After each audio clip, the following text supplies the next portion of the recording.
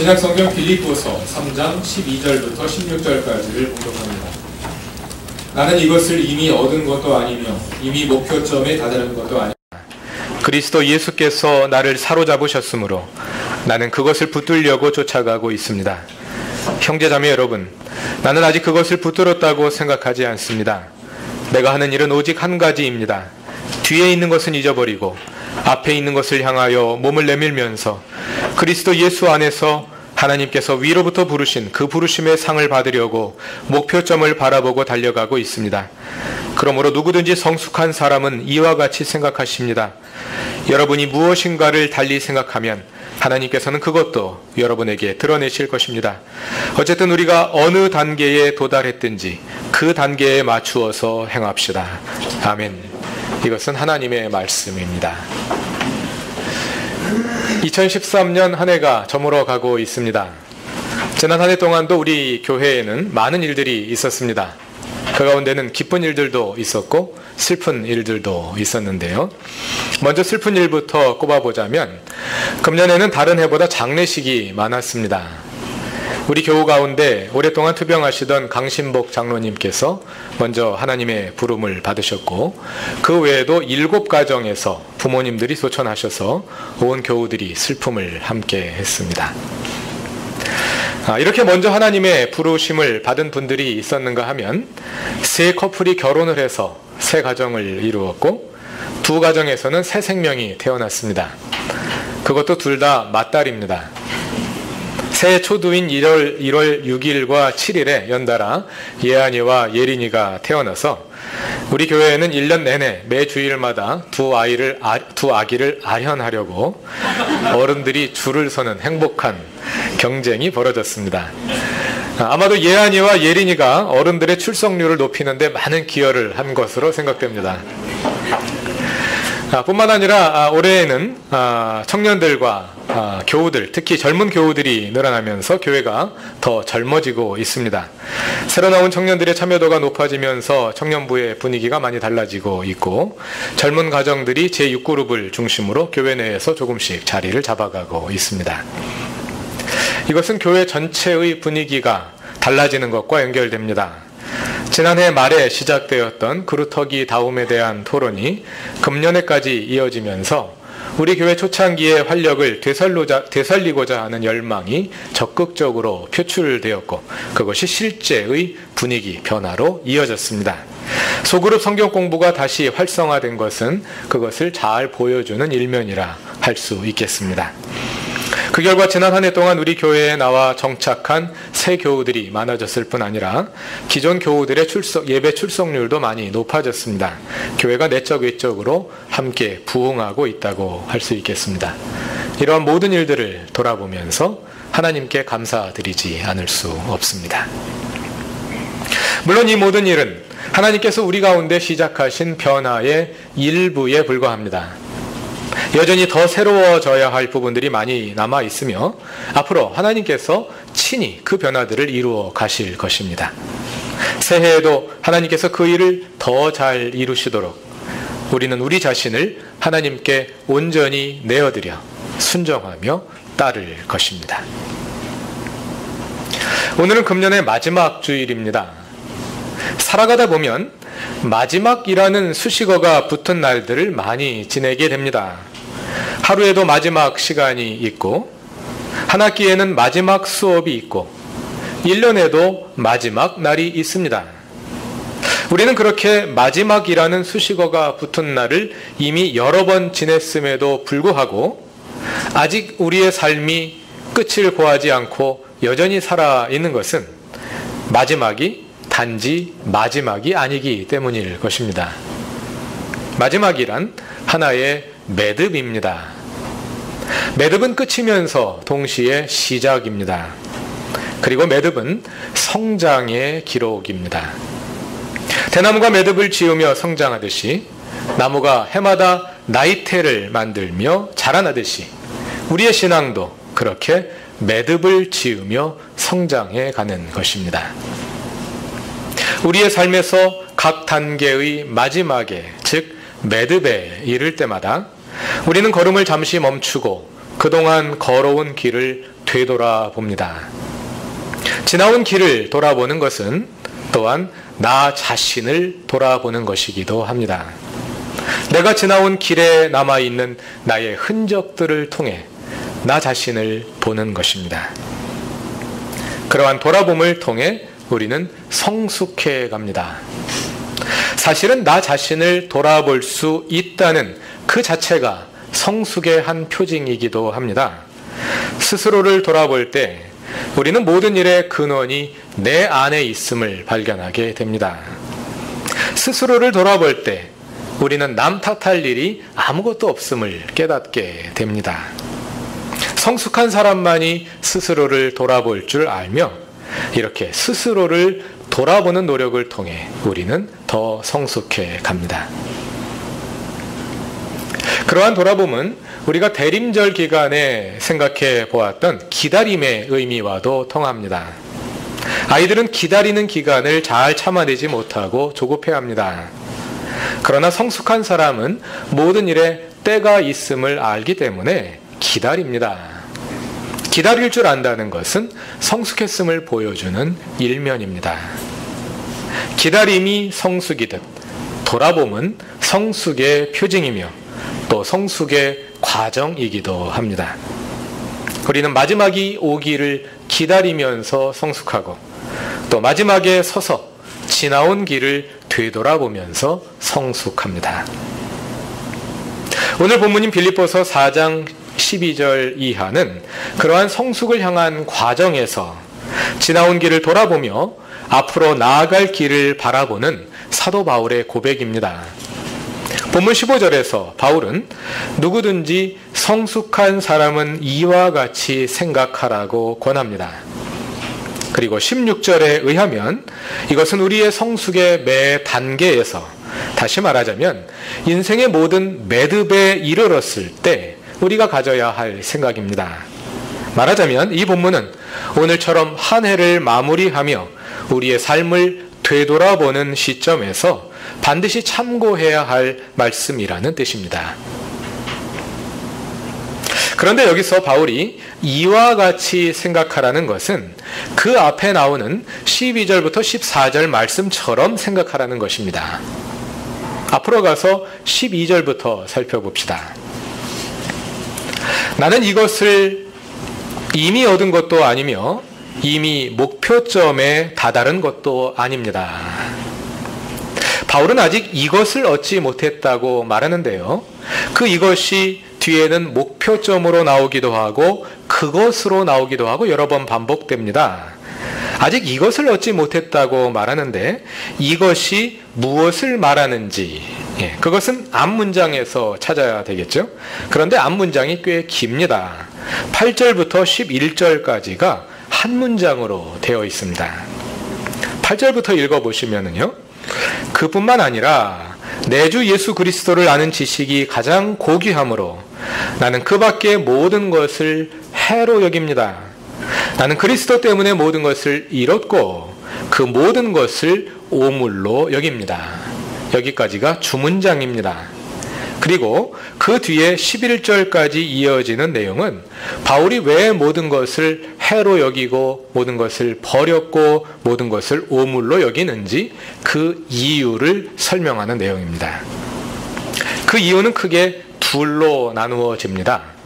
8절 끝부터 9절까지가 첫 번째 이유이고 10절과 11절이 두 번째 이유입니다. 우리말 번역에는 그것을 여러 문장으로 나누어 놨기 때문에 왜 그렇게 나누는지 그 구분이 분명히 이해가 되지 않으실 것입니다. 그런데 헬라어 원문으로 보시면 8절 끝부분부터 9절까지는 영어로 옮기자면 so that으로 시작되는 목적문이고요. 10절과 11절은 in order to로 시작되는 목적적 용법의 부정사구입니다. 그러니까 8절 끝부터 9절까지는 문장으로 접속사로 이어지는 문장으로 되어 있고 10절과 11절은 전치사 구로 되어 있기 때문에 부정사 구로 되어 있기 때문에 뚜렷이 구분이 되는 거죠. 그렇게 둘로 나누어서 먼저 첫 번째 이유를 살펴봅시다. 8절 끝부분부터 9절까지입니다. 나는 그리스도를 얻고 그리스도 안에 있는 사람으로 인정받으려고 합니다.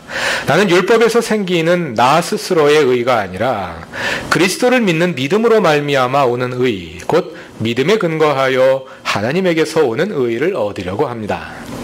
여기까지가 첫 번째 목적인데요. 한마디로 요약하자면 이신칭의라고 할 수 있겠습니다.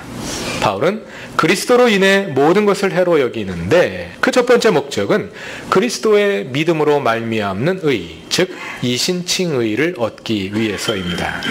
여기까지가 첫 번째 목적이고요. 그에 이어지는 두 번째 목적이 10절과 11절입니다. 내가 바라는 것은 그리스도를 알고 그의 부활의 능력을 깨닫고 그분의 고난에 동참하여 그분의 죽으심을 본받는 것입니다. 그리하여 나는 어떻게 해서든지 죽은 사람들 가운데서 살아나는 부활에 이르고 싶습니다. 이 내용을 한마디로 요약하자면 부활에 이르는 과정이라 할 수 있겠는데요. 여기서 말하는 부활은 한편으로는 예수님의 부활이고 다른 한편으로는 주님이 다시 오실 때 모든 죽은 자들이 함께 살아나고 살아있는 사람들은 변화된 몸으로 주님을 맞이하게 되는 종말 사건으로서의 부활을 가리킵니다. 요약하자면 바울이 모든 것을 버리고 그 대신 얻고자 하는 것은 두 가지인데 하나는 칭의이고 다른 하나는 부활입니다. 그런데 이 두 가지는 하나의 과정으로 연결되어 있습니다. 즉 우리가 그리스도를 영접하여 의롭다 하심을 얻은 후에 부활의 신앙으로 그리스도의 고난에 기꺼이 동참하며 결국은 주님이 다시 오실 때 죽은 자들의 부활을 경험하게 되는 구원의 전 과정, 즉 성화의 과정이 이 한 문장에 다 들어있는 것입니다. 그러므로 그 내용을 이어받는 본문 12절에서 바울이 나는 이것을 아직 완전히 얻지 못했다고 말하는 그 이것은 칭의와 성화의 전 과정을 가리키는 것이라고 이해할 수 있겠습니다. 바울은 여기서 그의 구원이 완성되는 과정에 있고 그가 여전히 목표점을 향해 달려가고 있음을 고백하는 것입니다. 지난 여름에 구원론 연속 설교를 통해 우리가 여러 번 확인했습니다만 우리의 구원은 아직 완성되지 않았습니다. 예수를 영접함과 함께 우리의 구원은 시작되었을 뿐이고 우리의 구원은 완성을 향해 달려가고 있는 것입니다. 12절부터 14절까지 나오는 바울의 고백을 다 같이 읽어봅시다. 나는 이것을 이미 얻은 것도 아니며 이미 목표점에 다다른 것도 아닙니다. 그리스도 예수께서 나를 사로잡으셨으므로 나는 그것을 붙들려고 쫓아가고 있습니다. 형제자매 여러분, 나는 아직 그것을 붙들었다고 생각하지 않습니다. 내가 하는 일은 오직 한 가지입니다. 뒤에 있는 것은 잊어버리고 앞에 있는 것을 향하여 몸을 내밀면서 그리스도 예수 안에서 하나님께서 위로부터 부르신 그 부르심의 상을 받으려고 목표점을 바라보고 달려가고 있습니다. 우리의 신앙은 결코 한순간에 완성되지 않습니다. 우리가 예수를 구원자와 주님으로 영접하는 것은 믿음의 출발일 뿐이지 결코 믿음의 완성이 아닙니다. 우리의 믿음은 한순간에 완성되지 않고 성숙해 갑니다. 그것이 성화입니다. 그래서 성화의 과정은 곧 우리의 구원이 완성되어 가는 과정이며 동시에 우리의 믿음이 성숙하여 그리스도의 장성한 분량에까지 이르러가는 과정이라 할 수 있겠습니다. 그런데 구원의 완성을 향해 나아가는 우리의 신앙의 모든 과정을 가능하게 하는 핵심적인 원리가 12절에 들어있습니다. 그것은 그리스도 예수께서 나를 사로잡으셨다는 것입니다. 그리스도 예수께서 나를 사로잡으셨으므로 나는 그것을 붙들려고 쫓아가고 있습니다. 우리의 성화의 과정, 신앙 성장의 과정이 다른 종교의 종교적 수행과 다른 점은 그것이 우리의 노력에 의해 성취되어 가는 것이 아니라 예수께 사로잡힌 가운데 나의 능력으로가 아니라 예수의 능력으로 성령의 이끌림에 따라 이루어진다는 것입니다. 성령의 이끄심. 이 지점에서 우리는 지난주 설교의 마지막 부분으로 돌아갑니다. 지난주 설교에서 하나님의 주 되심과 인간의 자유의지의 관계에 관해 잠깐 말씀드렸습니다. 구약 성경에 이스라엘 백성들이 잘못된 길을 갈 때 하나님은 이스라엘 백성의 머리끄댕이를 확 잡아가지고 이리 와 그리고 억지로 끌고 가신 것이 아니라 계속해서 예언자를 보내셔서 돌아오라고 호소하십니다. 그것은 하나님께서 인간을 자유의지를 가지고 스스로 결정하는 주체로 대우하시기 때문입니다. 그래서 저는 성령의 인도하심에 관해 말씀드리면서 우리가 성령에 이끌리는 것은 하나님께서 우리를 지배하셔서 우리의 자유의지가 무력화되는 것이 아니라 나의 자유의지에 따라 나 스스로를 하나님께 내어드리는 것이라고 말씀드렸습니다. 그러나 그렇더라도 그것은 결국 내 스스로 내 자유의지를 포기하는 것을 의미하지 않느냐 하는 질문이 다시 나올 수 있을 것입니다. 하나님이 내 자유를 무시하시는 것이나 내가 내 자유의지를 포기하는 것이나 결국은 같은 것 아니냐 하는 질문입니다. 만약 우리가 스스로를 하나님의 이끄심에 내어드리는 것이 자유의지를 포기함을 의미한다면 그 질문이 맞을 것입니다. 그러나 성령에 이끌리는 것은 그렇게 자유의지를 포기하는 것이 아닙니다. 하나님께 이끌리는 삶, 그것과 반대되는 것이 무엇일까요?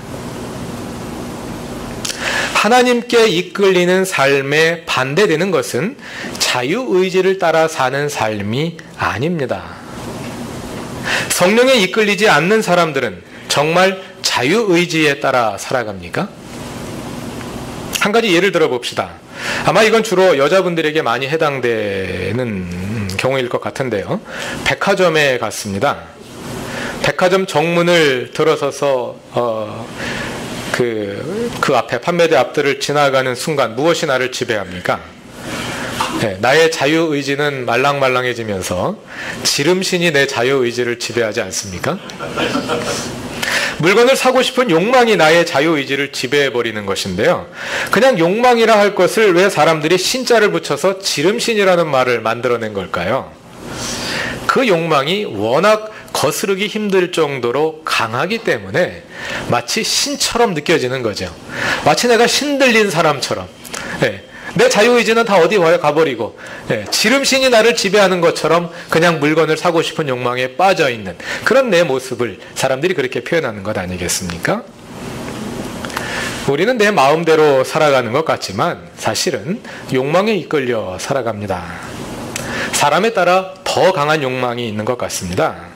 어떤 사람은 돈에 대한 욕망이 유난히 강한 사람이 있습니다. 어떤 사람은 명예와 권력에 대한 욕망이 특별히 강한 사람이 있습니다. 또 어떤 사람은 성욕을 조절하지 못하고 또 어떤 사람은 음식 앞에서 맥을 추지 못합니다. 우리가 하나님께 이끌리지 않으면 10중 8구 그러한 욕망에 이끌리게 됩니다. 그래서 바울은 성령의 9가지 열매와 육체의 욕망을 따른 육체의 행실을 대비하는 것입니다. 다 같이 갈라디아서 5장을 찾아보겠습니다.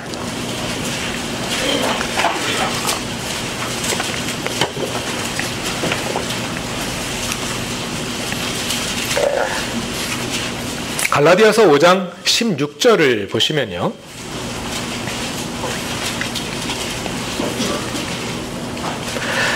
내가 또 말합니다. 여러분은 성령께서 인도하여 주시는 대로 살아가십시오. 그러면 육체의 욕망을 채우려 하지 않을 것입니다. 육체의 욕망은 성령을 거스르고 성령이 바라시는 것은 육체를 거스릅니다. 이렇게 성령과 육체의 욕망을 대조한 후에 19절에서 바울은 육체의 행실이 무엇인지 보여주고 또 22절부터는 성령의 9가지 열매를 서술하여 육체의 행실과 대조합니다. 성령에 이끌리는 삶의 반대는 자유의지를 따라 살아가는 것이 아니라 육체의 욕망에 이끌려 살아가는 것입니다.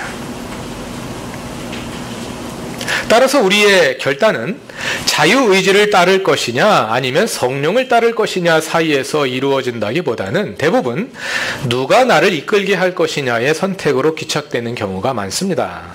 다시 말해서 성령이 나를 이끌게 할 것이냐 아니면 육체의 욕망이 나를 이끌게 할 것이냐. 이것이 우리가 주로 직면하는 선택입니다. 그러나 만일 우리의 선택이 성령에 이끌릴 것이냐 아니면 육체의 욕망에 이끌릴 것이냐 이 둘밖에 없는 것이라면 다시 원점으로 돌아가서 우리의 자유의지는 포기되는 것 아닙니까? 그렇지 않습니다. 성령에 이끌리는 것은 자유의지를 포기하는 것이 아닙니다. 갈라디아서 5장 18절을 보면 성령과 육체의 욕망 사이에 또 하나의 선택이 있습니다. 그것이 무엇입니까? 그것은 율법입니다. 많은 그리스도인들이 하나님의 뜻대로 사는 것이란 곧 자유의지를 포기하는 것이라 여깁니다. 그래서 육체의 욕망을 스스로 조절하는 대신 율법에 스스로를 내어 맡깁니다. 옳고 그름에 대한 판단을 그리고 어떻게 살아야 할 것이냐 하는 결정을 율법이라는 외적 권위에 맡겨버리는 것입니다. 그렇게 자유의지를 포기해버리는 것입니다. 이것은 성령에 이끌리는 것과 다릅니다.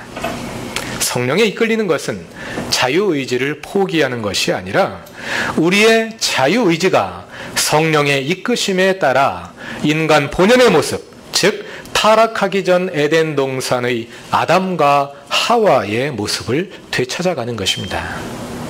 그래서 신앙은 자유의지의 훈련입니다. 우리의 신앙이 성숙하는 것은 우리의 자유의지가 성령의 이끄심에 따라 본래의 모습을 되찾아가고 그래서 우리의 뜻이 하나님의 뜻과 일치되어 가는 것입니다. 이것은 맹자의 성선설을 바꾸어 말하는 것이 아닙니다. 인간의 타락을 부정하는 것이 아닙니다. 인간은 타락한 존재이고 죄성을 가진 존재이기 때문에 스스로의 노력으로 완전한 인간상에 도달해 갈 수 없습니다. 그래서 오늘 빌립보서에서 바울은 말하는 것입니다. 그리스도 예수께서 나를 사로잡으셨으므로 나는 그것을 붙들려고 쫓아가고 있습니다. 우리는 오직 그리스도 예수께 사로잡힌 바 되어 오직 성령의 이끄심에 따라 두려움과 떨림으로 우리의 구원을 이루어가며 성화되어 가는 것입니다. 그것이 우리의 믿음이 성숙하는 과정입니다. 2013년 한 해를 마무리하며 2014년 새해를 앞두고 있는 우리는 인생의 또 한 번의 매듭을 지나고 있습니다. 이 매듭에 서서 우리는 그동안 우리가 걸어온 길을 돌아보며 앞으로 나아갈 길을 바라봅니다. 그러한 돌아봄과 바라봄이 우리의 인생과 신앙 성장의 과정에서 분명한 매듭으로 하나의 분명한 나이테로 기록될 수 있으면 좋겠습니다. 그러한 과정을 통해 우리 교우 한 사람 한 사람이 성장해가며 또 우리 그루터기 공동체가 주 예수의 터 위에 세운 바른 교회로 더욱 성숙해 갈 수 있기를 바랍니다. 지난 한 해 동안 그루터기 교회를 돌보시고 이끄신 하나님께서 새해에도 새로운 변화와 성숙으로 우리를 이끄실 것입니다. 우리 모두가 함께 그 이끄심을 경험하며 더욱 우리 자신을 성령의 이끄심에 내어드릴 수 있기를 바랍니다. 다 같이 기도드리겠습니다. 지난 한 해 그루터기 교회를 이끄시고 돌보아 주신 하나님, 우리가 걸어온 길을 돌아보며 주께서 새로 여실 길을 바라봅니다. 교회가 걸어온 걸음걸음, 교우들이 남긴 발자국마다 주님의 은혜의 흔적을 발견합니다. 주께서 이곳에 교회를 세우시고 주의 자녀들을 불러 모아 그리스도의 몸을 이루게 하셨으니 우리가 그 뜻을 잘 분별하여 새해에도 교회다운 바른 교회로 그리스도인다운 그루터기 공동체로 더욱 성숙하게 하옵소서. 오직 성령에 이끌려 주 예수의 인도하심을 따라 우리의 뜻이 하나님의 뜻에 가깝게 변화되어 가게 하옵소서. 예수 그리스도의 이름으로 기도드립니다. 아멘.